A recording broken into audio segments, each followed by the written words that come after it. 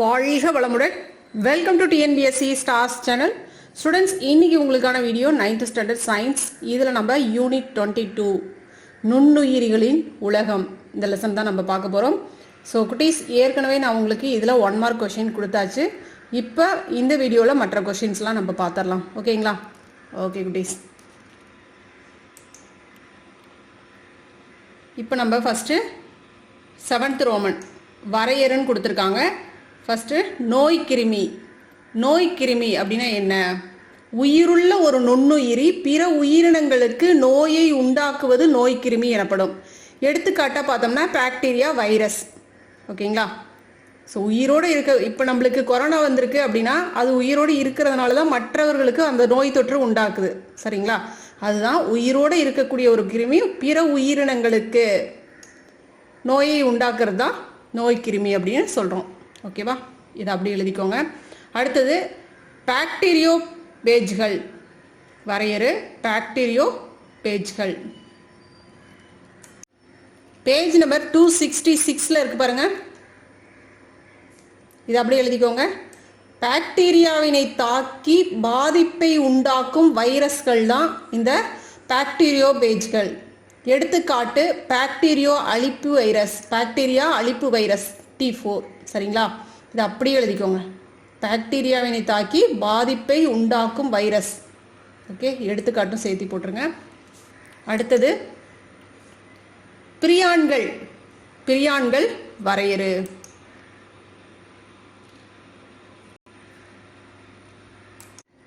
Page number 267 பாருங்க. பிரியான்கள் புரதங்களை மட்டுமே கொண்டுள்ள வைரஸ் துகள்களாகும். பிரியான்கள் அப்படின்னா புரதங்களை மட்டுமே கொண்டிருக்கக்கூடிய வைரஸ் துகள்கள். இவற்றில் நியூக்ளிக் அமிலமானது காணப்படவில்லை. இவை நோயினை தோற்றுவிக்கக்கூடிய ஆனால் வைரஸ்களை விட சிறிய அமைப்புடையவை. சரிங்களா? புரதங்களை மட்டுமே கொண்டுள்ள வைரஸ் தான் இந்த பிரியான்கள் அப்படிங்கிறது. இதில் என்ன இல்லை, முக்கியமாக நியூக்ளிக் அமிலம் இந்த பிரியான்களில் காணப்படுவது கிடையாது. இது நோயினை தோற்றுவிக்கக்கூடிய ஆனால் வைரஸ்களை விட சிறிய அமைப்புடையதாக தான் இது இருக்கும். ஓகேங்களா? அவ்வளோதான், இதுதான் பிரியான்கள். அடுத்தது நோய் எதிர்ப்பு தடுப்பூசி. நோய் எதிர்ப்பு தடுப்பூசி அப்படின்னா என்ன? பேஜ் நம்பர் உங்களுக்கு 279 பாருங்க. நோய் எதிர்ப்பு தடுப்பூசிகள் ஒரு குறிப்பிட்ட நோய்க்கு எதிராக நிரந்தர அல்லது தற்காலிக நோய் தடுப்பாற்றலை வழங்குவதற்கு ஒரு ஆரோக்கியமான கொல்லப்பட்ட அல்லது வலுவிழக்கப்பட்ட ஒரு நபருக்குள் செலுத்தப்படும் நோய்க்கிருமிகள். ஓகேங்களா? இன்னைக்கு கொரோனா ஊசி போடுறாங்க இல்லையா? அது எதுக்கு? நோய் எதிர்ப்பு சக்தியை கூட்டுவதற்காக போடப்படக்கூடியது தான் இந்த தடுப்பூசி. சரிங்களா? அப்போ தடுப்பூசினா எதுக்கு, எப்படிப்பட்டதாக இருக்கும் அப்படின்னு பார்த்தோம்னா, ஒரு குறிப்பிட்ட நோய். சரிங்களா? அது இப்போ மூளைக்காய்ச்சல், மஞ்சள் காமாலை, இதுக்கெல்லாமே தடுப்பூசி குழந்தைங்களா இருக்கும்போது போடுறோம் இல்லையா? இப்போ நம்ம கொரோனா தடுப்பூசி போடுறோம். இப்போ இந்த நோய்க்கு எதிராக நிரந்தரமாக இதிலிருந்து பாதுகாப்பு வேணும், இல்லை தற்காலிக நோய் தடுப்பாற்றலை ஒரு 6 மாதத்துக்கு இந்த நோய் வராமல் இருக்கணும், அந்த மாதிரியும் போடுறோம். ஒரு வருஷத்துக்கு இது வரக்கூடாது அப்படின்னு தற்காலிக நோய் தடுப்பாற்றலை வழங்குவதற்கு ஒரு நபருக்குள் செலுத்தப்படக்கூடிய அந்த நோய் கிருமிகள். சரிங்களா? இதுதான் தடுப்பூசி அப்படின்னு சொல்கிறோம். ஓகேவா? இது அப்படி எழுதிக்கோங்க. பிராக்கெட்டில் இருக்கிறதையும் எழுதிக்கோங்க. ஓகே. ஸோ இதில் நம்மளுக்கு வரையற முடிஞ்சிச்சு. அடுத்தது 2 மார்க் கொஸ்டின் பாருங்க. விரியான் மற்றும் விரியாய்டு வேறுபடுத்துக. விரியான், விரியாய்டு. பேஜ் நம்பர் 265 பாருங்க. விரியான், வீரியான். சரி, வீரியான் அப்படின்னா ஒரு எளிய வைரஸ் துகள் வீரியான் என்று பெரும்பாலும் அழைக்கப்படுகிறது. ஒரு எளிய வைரஸ் துகள். இவை உயிருள்ள செல்களில் மட்டுமே வளர்ந்து பெருகுகின்றன. நோய் தொற்றினை உருவாக்கும் காரணிகளில் இவையே மிகச்சிறியவையாகும் இந்த வீரியான் அப்படிங்கிறது. சரிங்களா? இப்போ இது ஆப்போசிட் பாயிண்ட், 2 பாயிண்ட் தான் ரெண்டுலையுமே இருக்கும். நீங்கள் இப்படியே டிவைட் பண்ணி கொடுத்துக்கலாம். ஓகேவா? ஸோ இதில் இது என்ன சொல்கிறோம்? ஒரு எளிய வைரஸ் துகள், இதுதான் வீரியான். இங்கே நம்மளுக்கு இன்னொன்று என்ன கொடுத்துருக்காங்க? வீராய்டு அப்படின்னு கொடுத்துருக்காங்க இல்லையா? வைரஸில் உள்ள புரத உரையற்ற தீங்களிக்கும் RNAவே வீராய்டு. புரத உரையற்ற தீங்கு அளிக்கக்கூடிய RNA தான் வீராய்டு. இவை தாவர செல்களில் உட்புகுந்து அந்த தாவரங்களுக்கு நோயினை உண்டாக்குகிறது. இந்த வீராய்டு அப்படிங்கிறது தாவரங்களுக்கு நோயை உண்டாக்கக்கூடியதாக இருக்கு. சரியா? இது ஆப்போசிட் பாயிண்ட், இது அதுக்கு. சரியா? 2 பாயிண்ட் இருக்கு, அவ்வளவுதான். இதுலயும் நம்ம 2 பாயிண்ட் தான் கொடுத்துருக்கோம். ஓகேவா?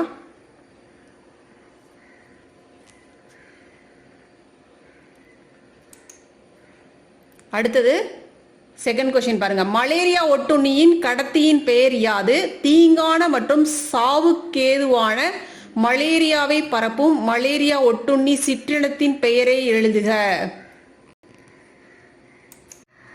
பேஜ் நம்பர் 273 எடுத்துக்கோங்க. நம்மளுக்கு கொஸ்டின் என்ன? ஃபர்ஸ்ட் மலேரியா ஒட்டுண்ணியின் கடத்தியின் பெயர் யாது அப்படின்னு கேட்குறாங்க. மலேரியா ஒட்டுண்ணியின் கடத்தியின் பெயர் பாருங்க, பெண் கொசுவாகிய அனோபிலஸ். இந்த கொசு பெண் கொசுவாகிய அனோபிலஸ், இதுதான் மலேரியா ஒட்டுண்ணியின் கடத்தியின் பெயர். சரிங்களா? இந்த கடத்தியினுடைய பெயர். இதுக்கு ஒரு சின்ன டெஃபினிஷன் கொடுக்குறோம். ஃபர்ஸ்ட் இதை எழுதிட்டு, இந்த கொசு மனிதர்களை கடிக்கும் போது நோய் கிருமியானது கடத்தப்படுகிறது. ஓகேவா? இதை அப்படி கொடுத்துக்குங்க. அடுத்தது என்ன கேட்குறாங்க நம்மகிட்ட? தீங்கான மற்றும் சாவுக்கு ஏதுவான மலேரியாவை பரப்பும் ஒட்டுண்ணி இந்த சிற்றினத்தின் பெயர். சரிங்களா? அப்ப தீங்கானது சாவுக்கு, அதாவது உயிரை போக்கக்கூடிய அளவுக்கு கொடிய இது என்ன அப்படின்னு கேட்டா பிளாஸ்மோடியம் பால்சிபேரம், மிகவும் கொடியதும் உயிரை பறிக்கக்கூடியதும் ஆகும். ஓகேவா? ஃபர்ஸ்ட் என்ன எழுதுவீங்க? பெண் கொசுவாகிய அனோபிலஸ் அப்படின்னு எழுதிக்கிட்டு, இந்த கொசு மனிதர்களை கடிக்கும் போது நோய் கிருமியானது கடத்தப்படுகிறது. ஓகேவா? அடுத்தது இந்த பாயிண்ட் இங்க கீழே கொடுத்துறீங்க. பிளாஸ்மோடியம் பால்சிபேரம் மிகவும் கொடியதும் உயிரை பறிக்கக்கூடியதும் ஆகும். அவ்வளவுதான். ஓகேவா? அடுத்தது மூவகை ஆன்டிஜன் என்றால் என்ன? இந்த வகை ஆன்டிஜனை பயன்படுத்தி தடுக்கப்படும் நோய்களை குறிப்பிடுக. பேஜ் நம்பர் 278 பாருங்க. ஃபர்ஸ்ட் இதை கொடுத்துருங்க. 3 வகையான பாக்டீரியா நோய்களுக்கு வழங்கப்படும் தடுப்பூசி தான் இந்த மூவகை ஆன்டிஜன் அப்படிங்கிறது. சரிங்களா? 3 வகையான பாக்டீரியா நோய்களுக்கு வழங்கப்படும் தடுப்பூசி அப்படின்னு ஃபர்ஸ்ட் பாயிண்ட். ஓகேவா? அடுத்தது நம்மளுக்கு என்ன கேட்குறாங்க? இந்த வகை ஆன்டிஜனை பயன்படுத்தி தடுக்கப்படும் நோய்கள் என்னென்ன நோய்கள் தடுக்கப்படுது அப்படின்னு கேட்குறாங்க. இதை அப்படியே எழுதிக்கோங்க. இது ஒரு கூட்டு தடுப்பு மருந்தாகும். டிப்தீரியா தொண்டை அடைப்பான், பெர்டூசிஸ் கக்குவான் இருமல். சரிங்களா? டிப்தீரியா, பெர்டூசிஸ், டெட்டானஸ் இப்படி எழுதினாலும் ஓகே தான். இல்லை தொண்டை அடைப்பான், கக்குவான் இருமல், டெட்டானஸ் அப்படின்னு எழுதினாலும் ஓகே தான். இல்லை நீங்கள் இப்படியும் இதை பிராக்கெட்டில் கொடுத்தும் எழுதலாம். சரியா? எனக்கு அது மறந்துருச்சுன்னா தொண்டை அடைப்பான், கக்குவான் இருமல், டெட்டானஸ் அப்படின்னு போட்டிங்கனாலும் தவறே கிடையாது. அதுவும் ஓகே தான். ஓகேவா? நீங்கள் 1 by 1 எழுதிக்கிறீங்க. சரியா? டிப்தீரியா, தொண்டை அடைப்பான், பெர்டூசிஸ், கக்குவான் இருமல், டெட்டானஸ், அவ்வளவுதான். இந்த 3 வகையான நோய்களை தடுக்க இந்த கூட்டு மருந்து பயன்படுத்தப்படுகிறது. ஆன்டிஜன் அப்படின்னா என்னதுங்க? தடுப்பூசி தான். சரியா? அடுத்தது சுவாச மண்டலத்தோடு தொடர்புடைய அதிக நாட்கள் காணப்படும் நோய்களை பெயரிடுக. சுவாச மண்டலம், சுவாச மண்டலத்தோடு என்ன தொடர்புல இருக்கு? நுரையீரல். சரிங்களா? அந்த தொடர்புடைய அதிக நாட்கள் இருக்கக்கூடிய நோய்கள் என்னென்னு பாத்தீங்கன்னா,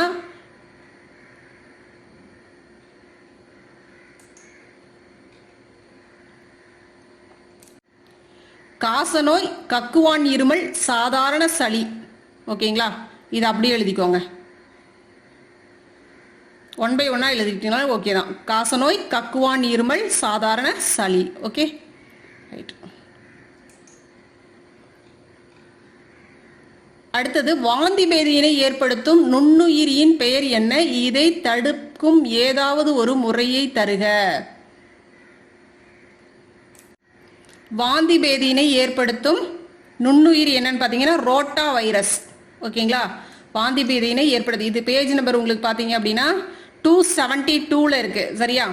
இது வாந்தி பேதியினை ஏற்படுத்தக்கூடிய வைரஸ் என்னது? ரோட்டா வைரஸ், நுண்ணுயிரி ரோட்டா வைரஸ். இதுக்கு அடுத்தது என்ன கேட்குறாங்க? இதே கொஸ்டின்லயே நம்மகிட்ட இதை தடுக்க ஏதாவது ஒரு முறையை சொல்லுங்க அப்படிங்கிறாங்க. இதை தடுப்பதற்கு பார்த்தீங்கன்னா கொதிக்க வைத்து ஆற வைத்த நீரை அருந்துதல், சரியான சுத்தமும் சுகாதாரமும் தேவை. ஓகேங்களா? சரியான சுத்தம் சுகாதாரம் இருந்துச்சுனாவே, மோஸ்ட்லி நம்ம சுத்தமாகவும் சுகாதாரமாகவும் இருந்துட்டோம் அப்படின்னாவே நம்மளுக்கு நோய் கிருமிகள் நம்மளை தாக்காது. சரிங்களா? இப்போ இது ஆன்சர். ஃபர்ஸ்ட் ரோட்டா வைரஸ், அதுக்கப்புறம் இது தடுப்பதற்கான முறைகள் என்ன அப்படின்னு பார்த்தோம்னா, கொதிக்க வைத்து ஆற வைத்த நீரையா இருந்தனும், சரியான சுத்தமும் சுகாதாரமும் இருக்கணும், அவ்வளவுதான். ஓகே. அடுத்தது, இரு சாதாரண கொசுக்கள் மற்றும் அவைகள் பரப்பும் நோய்களின் பெயர்களை தருக. 2 சாதாரண கொசுக்கள், அது பரப்பக்கூடிய நோய்கள் என்னென்ன, இதை கேட்குறாங்க. பேஜ் நம்பர் நான் உங்களுக்கு இது இருக்குங்க, பட் நான் நானே எழுதியிருக்கேன்.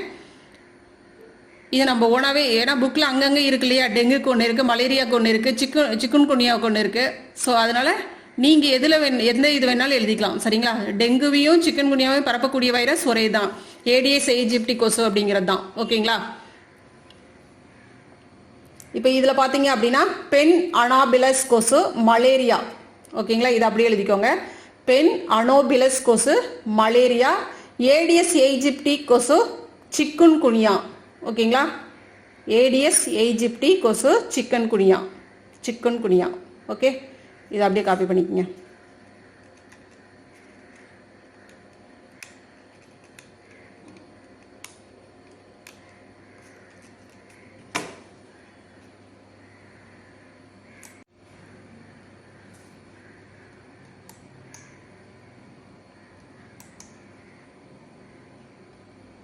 அடுத்தது நம்மளுக்கு டீடைல் கொஸ்டின் பாருங்க. பாக்டீரியாவின் வடிவத்தின் அடிப்படையில் அதனுடைய வகைகளை பற்றி ஒரு தொகுப்பினை தருக. வடிவத்தின் அடிப்படையில் பேஜ் நம்பர் 265 கட்டாயம் இந்த படங்கள் கொடுக்கணும். இது ஒன்றுமே இல்லை, ரொம்ப ஈஸி, இதெல்லாம் ஒன்றும் இல்லை, சரிங்களா.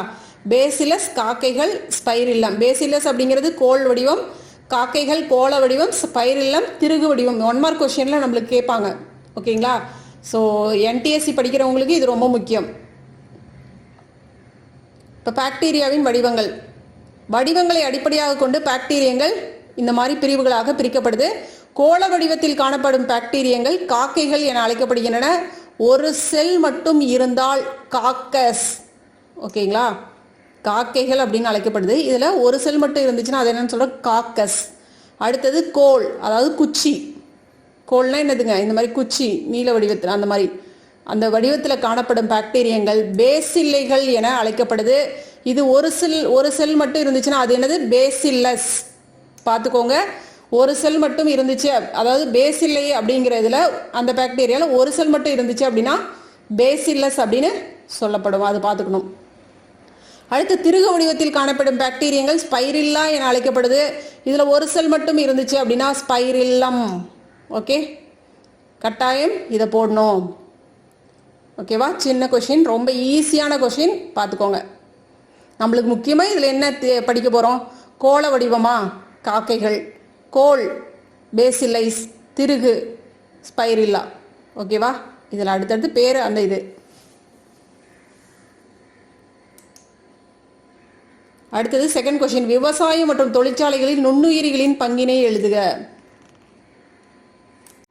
Page number 267. இது உங்களுக்கு 8 மார்க் கொஸ்டினில் தான் கண்டிப்பாக கொடுப்பாங்க, அதனால் கொஞ்சம் பெருசாக தான் இருக்கும், பார்த்துக்கோங்க. ஈஸி தான், ஆனால் புரிஞ்சுக்கிட்டிங்கன்னா ஈஸி. ஓகேவா, இதில் பாக்டீரியாவோட பேர் நம்மளுக்கு படிக்கணும், அவ்வளோதான். ஓகேவா, பாருங்கள். நுண்ணுயிரிகள் உயிரிய கட்டுப்பாட்டு காரணிகளாகவும் உயிரின உரங்களாகவும் விவசாயத்துறையில் முக்கிய பங்காற்றுகின்றன. இது ஒரு பாயிண்ட் எழுதிக்கங்க. கார்பன், நைட்ரஜன், ஆக்சிஜன், சல்ஃபர் மற்றும் பாஸ்பரஸ் போன்ற தனிமங்களின் சுழற்சியில், இந்த தனிமங்களுடைய சுழற்சியில முக்கிய பங்கு வகிக்கக்கூடியதாக இந்த நுண்ணுயிரிகள் இருக்கு. ஓகேவா, இதுவும் முக்கியமான பாயிண்ட், இது ரெண்டுமே முக்கியமான பாயிண்ட். அடுத்தது, உயிரி உரங்களாக நுண்ணுயிரிகள் எப்படி பயன்படுத்தப்படுது. நிலத்தில் உள்ள மண்ணினை சத்துமிக்கதாய் வளப்படுத்தும் நுண்ணுயிரிகள் உயிரி உரங்கள் என அழைக்கப்படுது. சரிங்களா, உயிரி உரங்கள் வருது இல்லையா, அந்த உரங்கள் சத்துமிக்கதாக மாற்றி மண்ணினை வளப்படுத்தக்கூடியதாக இருக்கக்கூடியது இந்த நுண்ணுயிரிகள். அதுதான் உயிரி உரங்கள் அப்படின்னு அழைக்கப்படும். இந்த நுண்ணுயிரிகளுக்கு தான், அதாவது மண்ணினை சத்துமிக்கதாய் வளப்படுத்தும் இந்த நுண்ணுயிரிகள் தான் உயிரி உரங்கள் அப்படின்னு அழைக்கப்படுது. புரியுதா பாருங்க.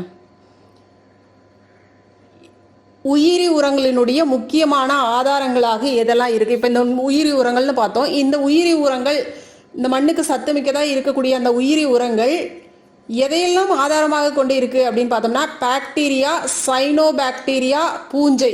சரிங்களா, இதெல்லாம் கலந்தது தான் இந்த உயிரி உரங்கள். அடுத்தது வளிமண்டலத்தில் வாயுவாக காணப்படும் நைட்ரஜன் ஆனது பயன்படுத்தக்கூடிய விதத்தில் மாற்றம் செய்யப்பட வேண்டும். இந்த மாற்றத்தினை நிகழ்த்துவதில் தனித்த நிலையில் வாழும் நுண்ணுயிரிகளோ அல்லது தாவரத்தோடு கூட்டுயிர் தொடர்பினை கொண்டிருக்கும் நுண்ணுயிரிகளோ பெரும் பங்காற்றுகின்றன.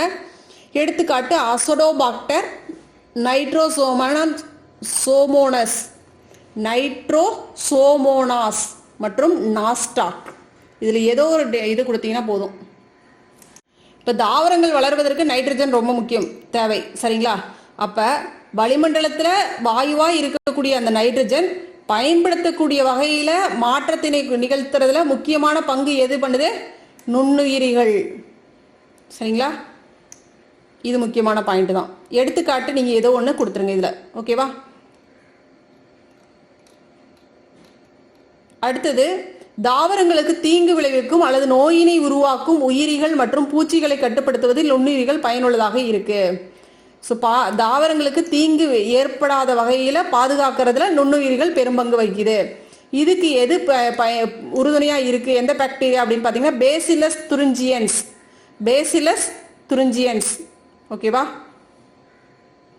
இது அப்படியே எடுத்துக்காட்டுன்னு போட்டு அது மட்டும் எழுதிக்கிங்க போதும். நிறைய கொடுத்துருக்காங்க, அது நம்மளுக்கு தேவையில்லை. தொழிற்சாலைகளில் நுண்ணுயிரிகள். தொழிற்சாலைகளில் எப்படி பயன்படுது நுண்ணுயிரிகள்? நொதிக்க வைக்கப்பட்ட பானங்கள் தயாரிக்கிறதுல, அதாவது வைன் தயாரிக்கிறாங்க இல்லையா, அந்த பானங்களில் திராட்சை பழத்தை சக்ரோமைசிஸ் செரிவிசே கொண்டு நொதிக்க வைத்து தயாரிக்கப்படுகிறது. ஓகேவா? ஸோ இதை பயன்படுத்தி தயாரிக்கப்படுது, இந்த நுண்ணுயிரை பயன்படுத்தி. அடுத்து, காஃபி விதைகள், தேயிலை மற்றும் புகையிலையை பதப்படுத்துதல். இதை பதப்படுத்துறதுக்கும் பேசில்லஸ் மெகாடெரியம் என்ற பாக்டீரியாவை பயன்படுத்தி நொதிக்க வைக்கப்படுகிறது. இதுதான் இங்கே சிறப்பான ஒரு நறுமணத்தை தரக்கூடியதாக இருக்கு. ஓகேங்களா? காஃபிலேயோ தேயிலையிலையோ புகையிலையிலையோ இந்த மாதிரி ஒரு நறுமணத்தை தரக்கூடியதாக இருக்கிறதுக்கு முக்கியமான காரணம் பேசில்லஸ் மெகாடெரியம் என்ற பாக்டீரியா. ஓகே, இதை பயன்படுத்தி தான் இதை நொதிக்க வைக்கிறாங்க. அடுத்து, தயிர் தயாரிக்கிறதுக்கு லாக்டோபேசில்லஸ் சிற்றினங்கள் பாலினை தயாராக மாற்றுகிறது. ரொம்ப முக்கியம், எப்பயுமே வரக்கூடிய கொஸ்டின் 1 மார்க்ல. கரிம அமிலங்கள், நொதிகள் மற்றும் விட்டமின்கள் தயாரிக்கிறதுல ஆக்சாலிக் அமிலம், அசிட்டிக் அமிலம் மற்றும் சிட்ரிக் அமிலம் போன்றவை ஆஸ்பெர்ஜிலஸ் நைகர் என்ற பூஞ்சை மூலம் தயாரிக்கப்படுகிறது. இந்த அமிலங்கள்லாம் இந்த பூஞ்சை மூலமாக தயாரிக்கப்படுது. லிப்பேஸ், இன்வெர்டேஸ், புரோட்டியேஸ் மற்றும் குளுக்கோஸ் ஆக்சிடேஸ் போன்ற நொதிகள் நுண்ணுயிரிகளிலிருந்து பெறப்படுகிறது. பாருங்க, இது எல்லாமே நுண்ணுயிரிகளிலிருந்து தான் பெறப்படுது. ஈஸ்டுகள் விட்டமின் பி கூட்டு பொருள்களை அதிகம் உற்பத்தி செய்யவும் ஆதாரங்களாக உள்ளன. ஓகே, ஸோ 8 மார்க் கொஸ்டின் அப்படின்னா டோட்டலாகவே நீங்கள் அதில் ஒரு 4 பாயிண்ட் இதில் ஒரு 4 பாயிண்ட் கொடுத்தீங்கன்னா போதும். நம்மக்கிட்ட என்ன கேட்குறாங்களோ அதுதான். சரிங்களா? இங்கே என்ன கேட்குறாங்க? விவசாயம் மற்றும் தொழிற்சாலைகளில் நுண்ணுயிரிகளுடைய பங்களிப்பை சொல்லுங்கிறாங்க. அப்போ 8 பாயிண்ட் 8 மார்க் கொஸ்டின்னா 8 பாயிண்ட் நச்சுன்னு இருக்கணும்னு நினைப்பாங்க. சரியா?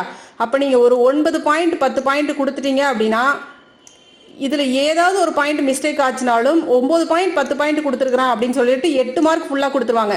நீங்கள் 8 பாயிண்ட் மட்டுமே கொடுத்தீங்க அப்படின்னா உங்களுக்கு 7.5 கொடுப்பாங்க, இல்லை 7 கொடுப்பாங்க. சரிங்களா? மோஸ்ட்லி 7.5 தான் நல்லா கொடுத்துருந்தீங்க. 8 பாயிண்ட்டுமே நல்லா தெளிவாக கொடுத்துருந்தீங்கன்னா 7.5 தான் கொடுப்பாங்க. ஒரு பாயிண்ட் எக்ஸ்ட்ரா கொடுத்துட்டீங்க அப்படின்னா 8 மார்க் ஃபுல்லாக கொடுத்துருவாங்க. ஓகேவா? ஸோ அந்த மாதிரி எப்போவுமே நம்ம 5 மார்க் கொஸ்டின்னா 6 பாயிண்ட் கொடுக்கறதுக்கு ரெடியாக இருக்கணும். ஓகேவா? ஒரு பாயிண்ட் எக்ஸ்ட்ராவே நம்ம எப்போவுமே கொடுக்கணும். Okay, right. நான் மறுபடியும் காட்டுறேன், எந்தெந்த பாயிண்ட் அப்படின்னு பார்த்துக்கோங்க. ஹைலைட் பண்ணதை பார்த்துக்குங்க.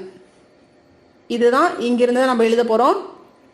ஓகே, ஸோ மோஸ்ட்லி பார்த்தீங்க அப்படின்னா இதை விட நீங்கள் உங்களுக்கு வேறு கொஸ்டின்லாம் இந்த லெசனை பொறுத்த வரைக்கும் இம்பார்ட்டன்ட் இருக்குது. ஓகேவா? இருந்தாலும் இதை ஒரு கிளான்ஸ் பார்த்துக்கோங்க. ஓகே, இப்போ இந்த லெசன் பொறுத்த வரைக்கும் உங்களுக்கு பார்த்தீங்கன்னா பாக்டீரியா வடிவத்தின் அடிப்படையில் அதனுடைய வகைகள் உறுதியாக கேட்பாங்க. பல்வேறு வகையான வைரஸ்களை எடுத்துக்காட்டுகளோடு விளக்குக. அதுக்கப்புறம் இது எல்லாம் கம்பேர் பண்ணும்போது இது கொஞ்சம் கம்மி தான் இம்பார்ட்டன்ட் அப்படிங்கிறது. ஓகேவா? ரைட். அடுத்தது 3rd கொஸ்டின், பல்வேறு வகையான வைரஸ்களை எடுத்துக்காட்டுகளோடு விளக்க சொல்கிறாங்க. பேஜ் நம்பர் 266 பாருங்க. இது எல்லாமே நீங்கள் இந்த டயக்ராம்லாம் கொடுக்கணும், கட்டாயம் கொடுக்கணும்.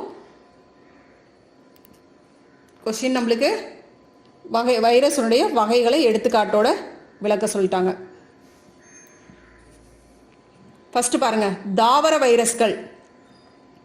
இவை தாவரங்களை தாக்கி நோயினை உருவாக்குது. தாவர வைரஸ் தாவரத்தை தாக்கி நோயை உருவாக்குது. எடுத்துக்காட்டு புகையிலை mosaic virus, cauliflower mosaic virus, உருளைக்கிழங்கு வைரஸ் ஓகே. புகையிலை மொசைக் பல வண்ணத்தில் இருக்கக்கூடியது. காலிஃப்ளவர் மொசைக் வைரஸ், உருளைக்கிழங்கு வைரஸ். ஓகே, இது தாவரங்களை தாக்கக்கூடியது, தாவர வைரஸ்கள். ஓகே, பார்த்துக்க. புகையிலை பல வண்ண வைரஸ் எப்படி இருக்கு பார்த்துக்கோங்க. அடுத்து விலங்கு வைரஸ். இவ்வகை வைரஸ்கள் விலங்குகளை தாக்கி நோயை ஏற்படுத்துது. எடுத்துக்காட்டு adeno virus, retro virus, HIV, influenza virus, polio virus. ஓகேவா, இதில் ஏதாவது ஒன்று கொடுத்தீங்கனாலும் போதும்.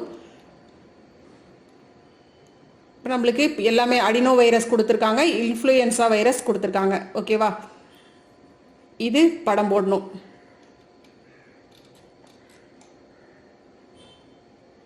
அடுத்து பாக்டீரியா வைரஸ். ஓகேவா, இதையும் கொடுங்க. பாக்டீரியா வைரஸ், பாக்டீரியோ பேஜ்கள் ஏற்கனவே நம்ம பார்த்ததான். பாக்டீரியாவினை தாக்கி பாதிப்பை உண்டாக்கும் வைரஸ்கள் இந்த வகை வைரஸ்கள். எடுத்துக்காட்டு பாக்டீரியா அழிப்பு வைரஸ். ஓகேவா, படம் பார்த்து ரொம்ப ஈஸியாக தான் இருக்குது. கண்டிப்பாக பாகங்கள் மட்டும் எப்பவுமே குறிக்காமல் விட்டுறாதீங்க. படம் போடுறது வேஸ்ட். பாகம் குறிக்கல அப்படின்னா படத்துக்கு மார்க்கே தர மாட்டாங்க, 1 மார்க் தான் கொடுப்பாங்க. நீங்கள் பாகம் குறிச்சிட்டிங்கன்னா தான் உங்களுக்கு ஃபுல் மார்க் வரும். ஓகேவா, அடுத்தது புதிதாக பிறந்த குழந்தை முதல் 12 மாத வயது வரை உள்ள குழந்தைகளுக்கான நோய் எதிர்ப்பு திறனூட்ட அட்டவணையை பரிந்துரை செய்க. ஏன் இந்த அட்டவணையை பின்பற்றுவது அவசியமாகிறது? பேஜ் நம்பர் 278 பாருங்க. அட்டவணை போட்டுக்குங்க. அட்டவணை பிறந்த குழந்தை முதல் நம்மளுக்கு 12 மாதம் வரைக்கும் தான் கேட்குறாங்க. ஸோ இதுதான் தடுப்பு மருந்து. ஓகேவா, ஃபஸ்ட்டு பிறந்த குழந்தைக்கு பார்த்தீங்கன்னா பிசிஜி அப்படின்னு சொல்லிட்டு ஃபஸ்ட்டு 1வது ஊட்டம் கொடுப்பாங்க. 15 நாளில் வாய்வழியே போலியோ மருந்து. 6வது வாரம் பார்த்தோன்னா டிபிடி மற்றும் போலியோ, இதுவும் ஃபஸ்ட்டு டோஸ் தான். சரிங்களா, 10வது வாரம் டிபிடி மற்றும் போலியோ, இதுவும் ஃபஸ்ட்டு. 14வது வாரம் டிபிடி மற்றும் போலியோ.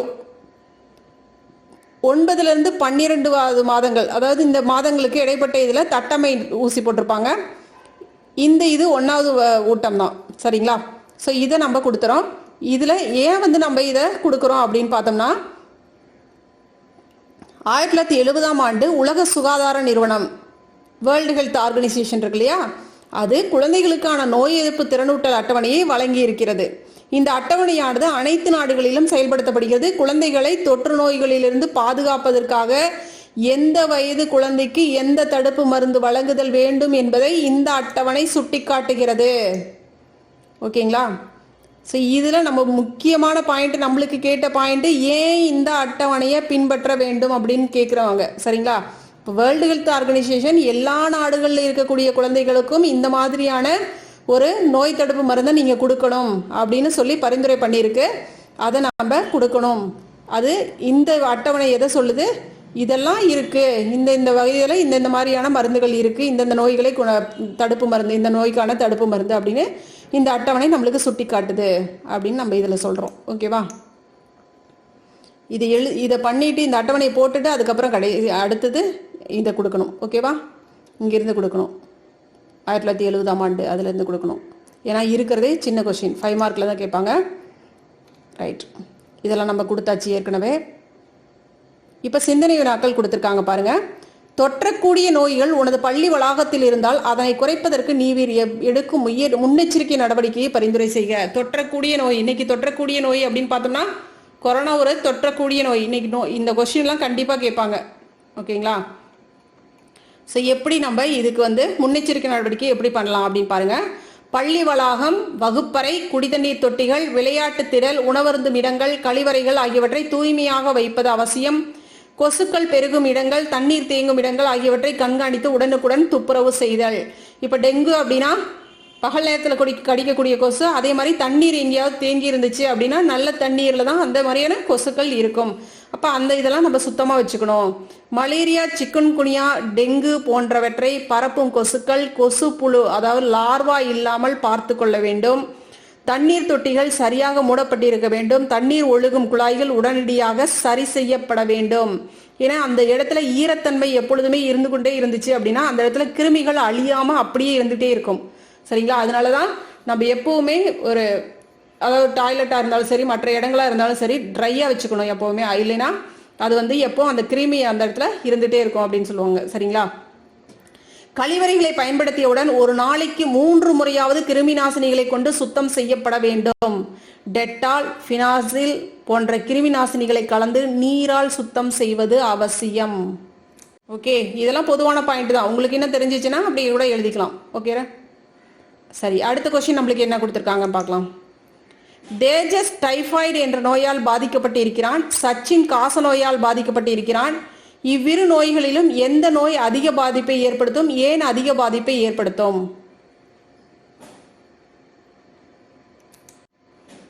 இப்ப என்ன சொல்றோம் இதுல? டைபாய்டு, அடுத்தது சச்சின் காசநோய். இப்ப இது ரெண்டுல எது அதிக பாதிப்பை ஏற்படுத்தும் அப்படின்னு பார்த்தோம்னா காசநோய் தான் அதிக பாதிப்பை ஏற்படுத்தக்கூடியதாக இருக்கும். ஓகேங்களா? அப்ப காசநோயினுடைய பாதிப்புகள் என்ன, ஏன் அது அதிக பாதிப்பை ஏற்படுத்தக்கூடியதாக இருக்கு அப்படின்னு பார்த்தோம்னா இந்த நோய் காரணி மைக்கோபாக்டீரியம் டியூபர்குலோசிஸ். இந்த நோய்க்கான காரணி. சரிங்களா? இந்த நோய்க்கான காரணி எது அப்படின்னு பார்த்தோம்னா மைக்கோபாக்டீரியம் டியூபர்குலோசிஸ். இது காற்றின் மூலம் பரவக்கூடிய ஒரு தொற்று நோய். இந்நோய் நுரையீரல் செல்களை தாக்குகிறது. இதனால் கடுமையாக பாதிக்கப்படும் உறுப்பு நுரையீரல். அறிகுறிகள் இருமல், நெஞ்சுவலி, உடல் எடை குறைப்பு மற்றும் பசியின்மை இதெல்லாம் இருக்கும். எனவே டைபாய்டு நோயை விட காசநோய் கடுமையானது. ஏன்னா இது நீண்ட நாள் குணமாகாது. டைபாய்டுனா ஒரு 10 நாள் அப்படி சரியாயிரும். பட் இது குணமாகிறது கொஞ்சம் லேட் ஆகும். ஓகேங்களா? ஸோ இதை அப்படியே காப்பி பண்ணிக்கோங்க.